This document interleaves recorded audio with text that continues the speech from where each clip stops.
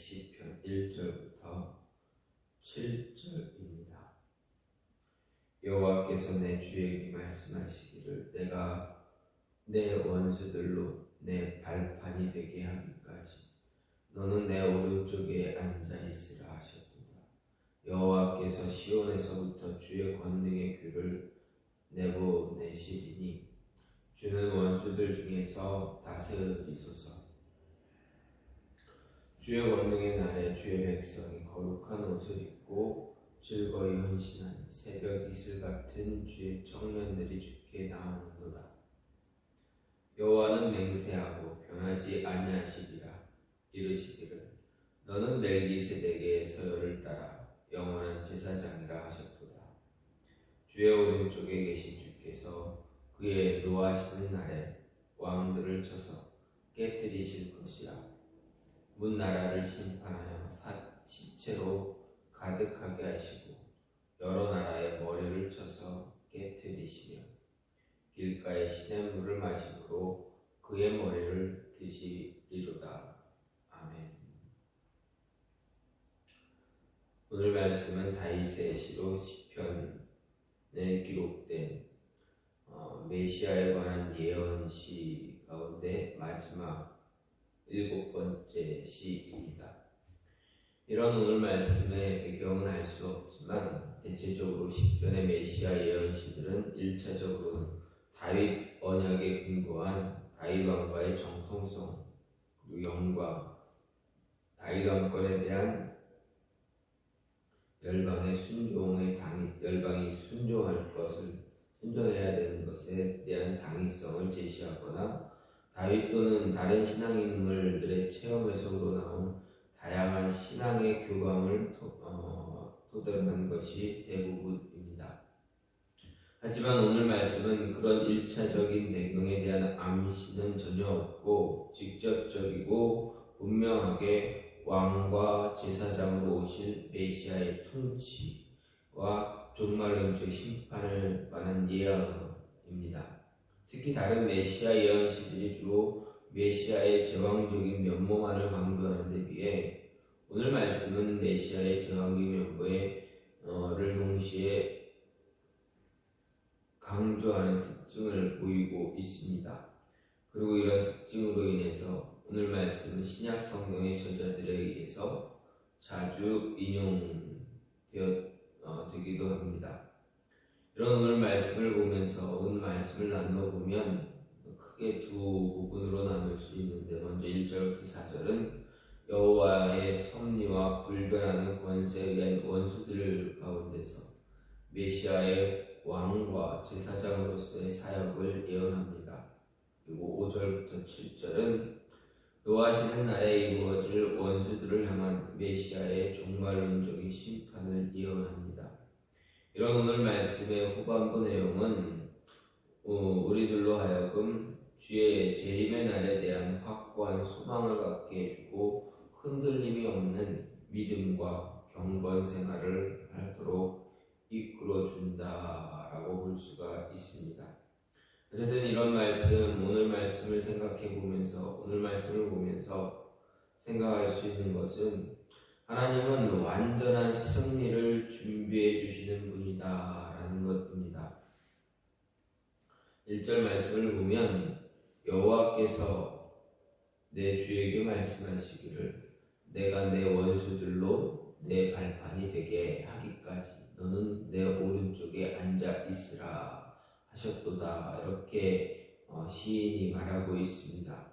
즉 내가 내 원수들로 내 발판이 되게 하기까지 이렇게 말합니다.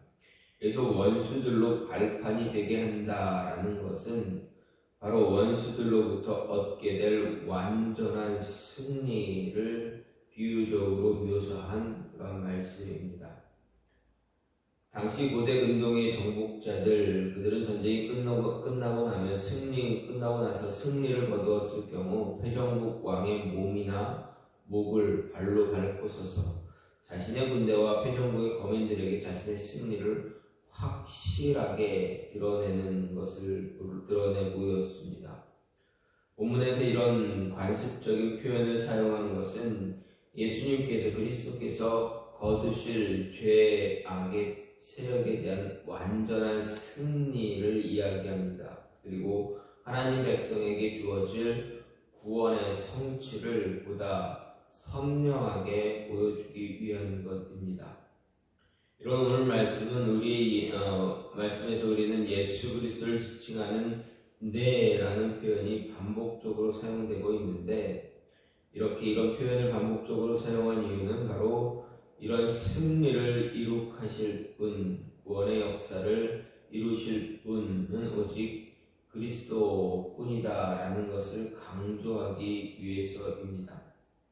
그렇습니다. 하나님은 오로지 예수 그리스도를 통해서 우리에게 완전한 승리, 완전한 구원을 허락해 주셨습니다. 감히 상상할 수도 생각할 수도 없었던 놀라운 승리를 그 한 분의 공로로 우리에게 안겨주신 것입니다. 역사 이래로 죽음을 완전히 정복한 사람 아무도 없습니다. 아무리 용맹한 전사라 할지라도, 아무리 지혜로운 사람이라도, 그 어떤 정복자나 권세자도 결국 죽음 앞에서는 완전히 해방될 수가 없었습니다. 하지만 유일하신 분 바로 예수 그리스도께서 그 모든 죄와 어둠, 사망의 권세를 이기시고 굴복시키고 그 발로 짓누르셨다라는 것입니다.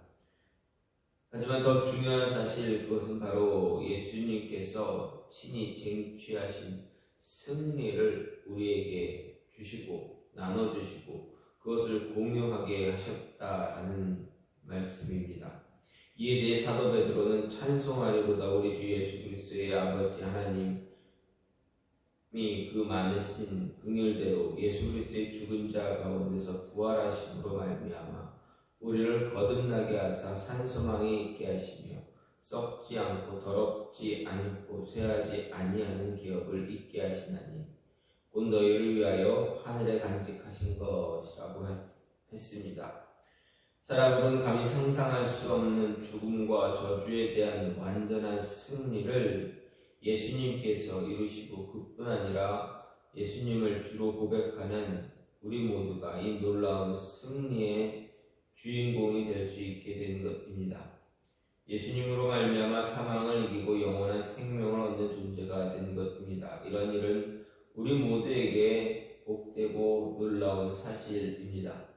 하지만 이런 싸움 아직 끝나지 않았다라는 것입니다. 물론 예수님은 모든 선한 싸움을 이기고 죄와 사망의 권세를 굴복시키셨지만, 지금도 공중 권세를 잡은 악의 세력은 아직도 우리들을, 믿는 자들을 괴롭히고 미혹하고 있다라는 것입니다. 예수님은 우리를 향해서 분명히 세상에서는 너희가 환난을 당하는데 내가 세상을 이겼다라고 하셨지만 또 하나님은 결코 우리를 홀로 싸움터에 남겨두시거나 사단과 힘겨운 싸움을 싸우도록 버려두시지 않으시지만, 우리는 어떻습니까? 삶에서 그때그때 승리하는 믿음의 승리를 이루어 가야만 한다라는 것입니다. 하나님 의지하고 나아갈 때 우리는 승리할 수 있다. 우리 스스로도 승리를 쟁취하며 나아갈 수 있다라는 것입니다. 따라서 우리는 이러한 사실을 붙잡고 완전한 승리를 이루고 또 완전한 안식을 누릴 수 있는 그런 모습을 가질 수 있는 자들 되어줘야 합니다. 평강의 하나님께서 속히 사단을 너희 발 아래서 상하게 하시리라 라는 바울의 권고처럼, 하나님은 놀라운 능력과 권세로 우리로 하여금 완전한 승리자로 설 수 있도록 도와주실 것이다 라는 것입니다. 또 한 가지는 하나님 돌처럼 완고한 마음을 깨트려서 자신의 백성이 되게 하신다라는 것입니다. 2절 말씀을 보면 여호와께서 시온에서부터 주의 권능의 호를 내어보내리시니 주는 원수 중에서 다스리소서. 여호와께서 시온에서부터 주의 권능의 규를 내보내시리니 주는 원수들 중에서 다스리소서. 이렇게 말합니다. 그래서 시온에서부터라는 말은 하나님의 임재의 상징적 초소인 장막이 시온에 있었던 것을 염두에 둔 그러한 표현입니다. 그리고 주의 권능에 귀를 내어 보내신다라는 말은 하나님께서 그리스도께 직접 세상 나라에 대한 통치권을 위임하신 것으로 왕으로 오신 메시아의 권세, 권능을 나타내는 말씀입니다. 그런데 오늘 말씀은 말씀에서 다윗은 주께서 원수 중에 다스리실 것이다 말합니다. 이는 그리스도께서 이 땅에 왕으로 오실 때 이 땅은 원수들이 지배하고 있을 것임과 그리스도께서 원수들이 지배하는 세상에 오셔서 하나님의 나라를 건설하시고 원수들을 굴복시켜 나가심으로 마침내 하나님 나라를 완성시킬 것을 예언한 것입니다. 이 말씀처럼 그리스도께서 이 세상에 오셨을 때 이 땅은 악한 사단의 세력의 권세 아래에 있었습니다. 그리고 많은 사람들이 사단에 사로잡혀 하나님을 거부하며 헛된 것을 섬기고 완고하고 패역한 자세를 굽히지 않고 사단의 동조자로 살아가고 있었습니다.